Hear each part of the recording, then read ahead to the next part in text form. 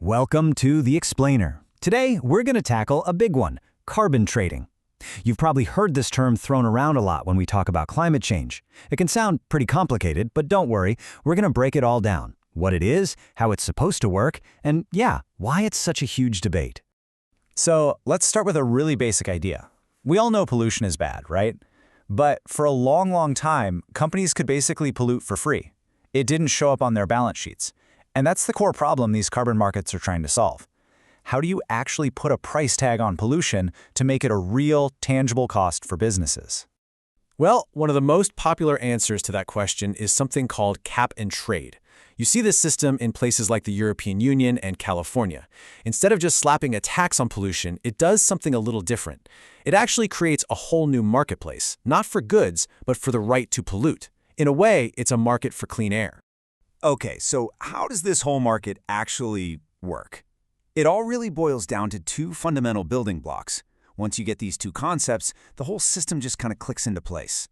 First up, you have the cap. This is step one, and it's absolutely crucial.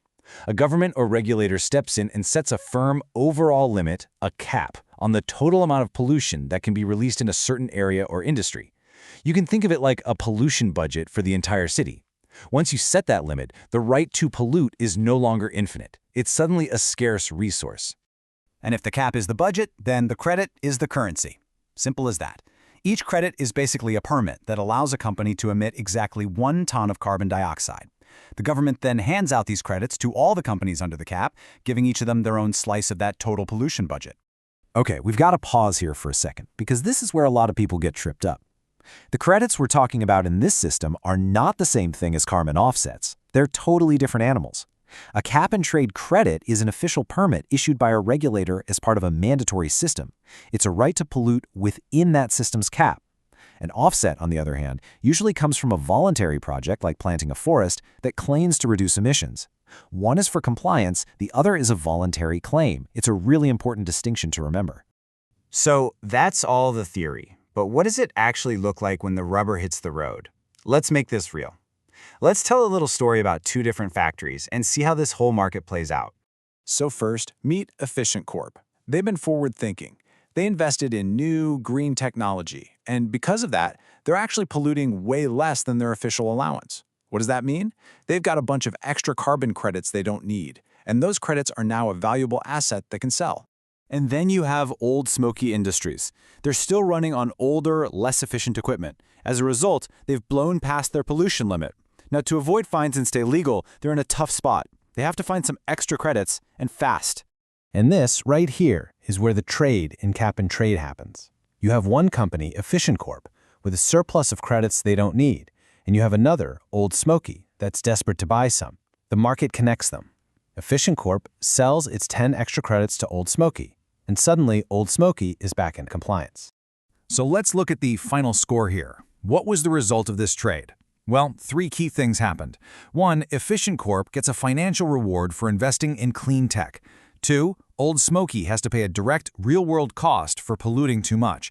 And 3, and this is the most important part, the total amount of pollution from both factories combined stays underneath that original government cap. The budget wasn't broken. Now that little story makes it sound pretty simple and elegant, right? Well, in the real world, things get a lot messier. Carbon trading is actually really controversial, with some serious arguments on both sides of the issue. Let's break down the debate. On one side, supporters will tell you that cap and trade is great because it uses the power of the market to drive innovation. It gives companies flexibility, it creates that all-important price for carbon, and it helps fund new green technologies. But on the flip side, critics have some very strong points. They argue it can just become a license to pollute for wealthy companies.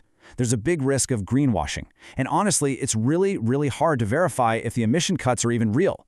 Plus, the price of these credits can swing wildly, making it an unstable market. Okay, so after looking at the mechanics, the simple story, and the messy reality, where does that leave us? What is the single most important idea to take away from all of this? It really all boils down to this one idea. At its core, carbon trading is designed to do one thing. It transforms pollution from this vague, societal problem that nobody owns into a concrete, line-item expense on a company's financial report. It forces them to treat their emissions just like any other cost of doing business. And that brings us to the final and maybe the most important question in this whole debate.